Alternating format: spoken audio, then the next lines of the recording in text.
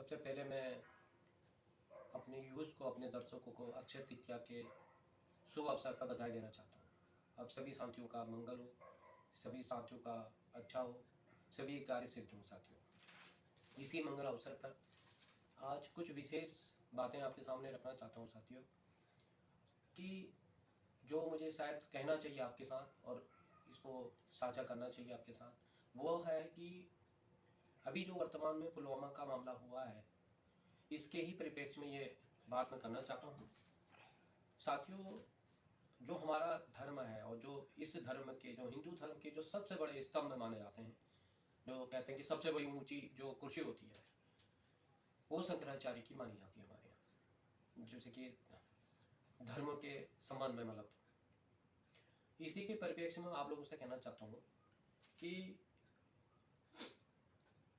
जो वर्तमान समय में एक ऐसे संत धर्माचार्य के बारे में आपसे बात करना चाहता हूँ, जो है तो हिंदू धर्म के शंकराचार्य, लेकिन अगर उनकी बातें सुने आप, उनके विचार सुने आप, तो कहीं से भी हिंदू के नहीं लगते हैं कि ये हिंदू के महासंत हैं या शंकराचार्य हैं। उनकी वाणी कभी भी हिंदुओं के पक्ष में नहीं रहती है।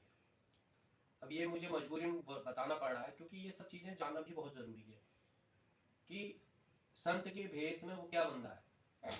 किसकी बात करना चाह रहा हूँ साथियों, मैं आपको बताना चाहता हूँ कि जो फर्जी होते हैं ना, कहते हैं ना कि शेर के उसमें जो है, भेड़िए ने जो है शेर की काल पहन ली थी तो शेर नहीं बन जाता। तो उसी प्रकार से जिस महापुरुष की मैं आपको बात बताना चाहता हूँ, वो जो है शंकराचार्य जो हैं, वो हैं मुक्तेश्वरानंद जी, स्वामी मुक्तेश्वरानंद जी।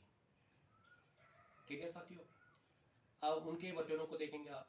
मैं क्यों बोलना चाह रहा हूँ, किसके परिप्रेक्ष्य में बोलना चाह रहा हूँ साथियों, वो जो हैं अभी पुलवामा के संबंध में जो मोदी जी के बारे में उनकी टिप्पणी आई है,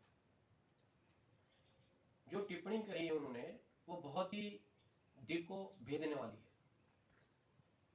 दिल को भेदने वाली क्यों है साथियों? क्योंकि मतलब पूरा देश गम में डूबा है, पूरा देश सत्ते में है, लेकिन वो क्या कहते हैं, उनकी बात सुनेंगे आप। वो कहते हैं कि चोर को चौकीदारी करनी चाहिए थी, चौकीदार को चौकीदारी करनी चाहिए थी, चौकीदार फेल हो गया तो चोरी कैसे होगी भैया, जो चौकीदार फेल हो गया? ये घटना कैसे होगी जब चौकीदार चौकीदारी नहीं कर पाया? इसका मतलब दोस्त तो चौकीदार का है।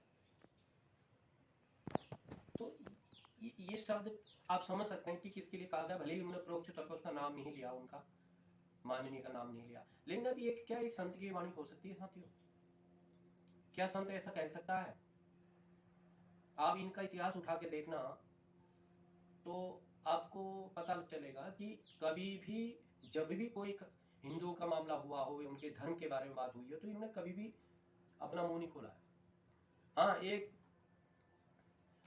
कांग्रेस पार्टी के लिए बैटिंग जरूर बीच बीच में करते रहे और ऐसी बात बोलते रहे हैं जिससे कि हिंदू धर्म को, मामले को जो है क्वेश्चन चिन्ह लग जाए। जबकि ये शंकराचार्य नहीं, आपको ये बताना चाहता हूँ। शंकराचार्य इसलिए नहीं है क्योंकि इनके ऊपर जो है अभी मुकदमा दर्ज है और वो अभी उसका फैसला आया नहीं माननीय न्यायालय के द्वारा। ये शायद आप इसके बारे में अगर पता करें, जो स्वयंभू जो बने हुए हैं, लेकिन टिप्पणियां ऐसी देते हैं कि जिससे कि जो है धर्म की हानि हो। तो आप क्या कहना चाहेंगे साथियों? पहले मैं आपसे पूछना चाहता हूँ, जो इस धर्म के सबसे बड़ा सिंहासन, उससे ऊपर तो कोई है नहीं शंकराचार्य से, और बीच बीच में ऐसी टिप्पणियां बंदा करेगा तो इसको क्या कहेंगे आप सोचने का विषय है, समझने का विषय है, ये आप लोगों पे ऊपर छोड़ता हूँ साथियों। दूसरी बात, हमारा धर्म क्यों महान है सोचो आप। इसलिए भी महान है कि आपने देखा होगा कि इतनी बातें इतने बड़े धर्माचार्य कह रहा है, इससे फायदा नहीं है हिंदू धर्म को, इससे विरोधियों को फायदा है। क्या किसी और धर्म में धर्माचार्य ऐसी बात बोल सकता है? अपने धर्म के सामने बोल सकता है साथियों? आप सोचो, आप बताइए, आप जरा, ऐसा हो सकता है क्या? अगर ऐसा नहीं हो सकता है तो आप सोचो कि फिर इस बंदे ने ऐसी बातें क्यों करते हैं। जिस सिंहासन में बैठे हैं ये, उसकी मर्यादा नहीं रखते हैं, तो कैसे चलेगा? इससे बताइए आप। तो क्या इसका, इनका किस प्रकार से विरोध करना चाहिए? ये क्या इनको इस सिंहासन में बैठे रहने का हक है? जिस धर्म के सिंहासन में आप बैठे हैं, आप उसी की लाज नहीं रखते हैं। तो मुझे तो ज्ञानी कहीं से नहीं लगता है, कहीं कहीं से दूर दूर तक ज्ञानी नहीं लगते हैं। तो मुझे बड़ा दुख हुआ जब इनकी टिप्पणियां मैंने सुनी।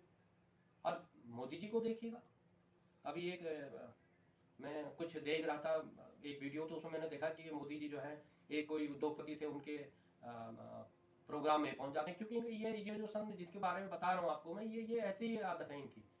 उद्योगपति के यहाँ पहुंच के, भाई तुम्हारा धर्मचारी, तुमको क्या मतलब है किसी पार्टी में जाने का, चलो चले गया। मोदी जी की मानता देखिए, फिर भी इन्होंने इस सिंहासन की इज्जत रखते हुए, धर्म के इस सिंहासन की इज्जत रखते हुए उनके पैर छू। और आप देखेंगे तो इनके बारे में अगर आप यूट्यूब में या इनके बारे में सर्च करके देखेंगे तो हमेशा जब भी बोलता है बंदा, पहले तो मोदी जी का विरोध ही करेगा। और मैंने इनकी कई वीडियो देखी, तो मुझे अब जो असहनीय मामला लगा है कि मैंने कहा ये विचार आप तक मैं पहुंचाऊं साथियों। संकट की घड़ी है, देश में खतरा, मतलब खतरे का मामला है, और देश एक बहुत बड़े युद्ध की तैयारी कर रहा है, ऐतिहासिक युद्ध की तैयारी करने जा रहा है, जो भूते न भविष्यते। ये मोदी जी का प्रचंड है, मोदी जी का साहस है कि दुश्मन डरा हुआ है, बिना लड़े ही अभी डरा हुआ है, तिल मिलाया हुआ है। लेकिन हमारे धर्माचार्य को आप देखिए, तो बड़ी दुखद बात है और दिल को बिल्कुल छिन्न करने वाली बात है साथियों। तो क्या इस प्रकार के धर्माचार्य का आचरण होना चाहिए? क्या इतना सहनशीलता, या हम लोग कहते हैं भैया हिंदू धर्म तो बहुत सहनशील, कब तक भैया, कब तक चलेगा बताइए? ऐसे लोगों को कब तक आप सिर पे बैठा के रखेंगे?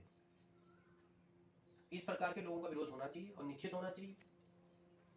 तो इसी के साथ मैं एक बात और आपसे कहना चाहता हूँ कि अगर आपको लगता है कि हम जो कह रहे हैं या हमारी बात से आप सहमत हैं, तो हमें जरूर अवगत कराइएगा, और इन धर्माचार्यों के बारे में एक बार जानकारी स्वयं भी लेके देखिएगा कि इस प्रकार के धर्माचार्य हमारे यहाँ होने चाहिए साथियों। इसी के साथ मैं आज की बात यहीं पर समाप्त करना चाहता हूँ। जय हिंद, जय भारत।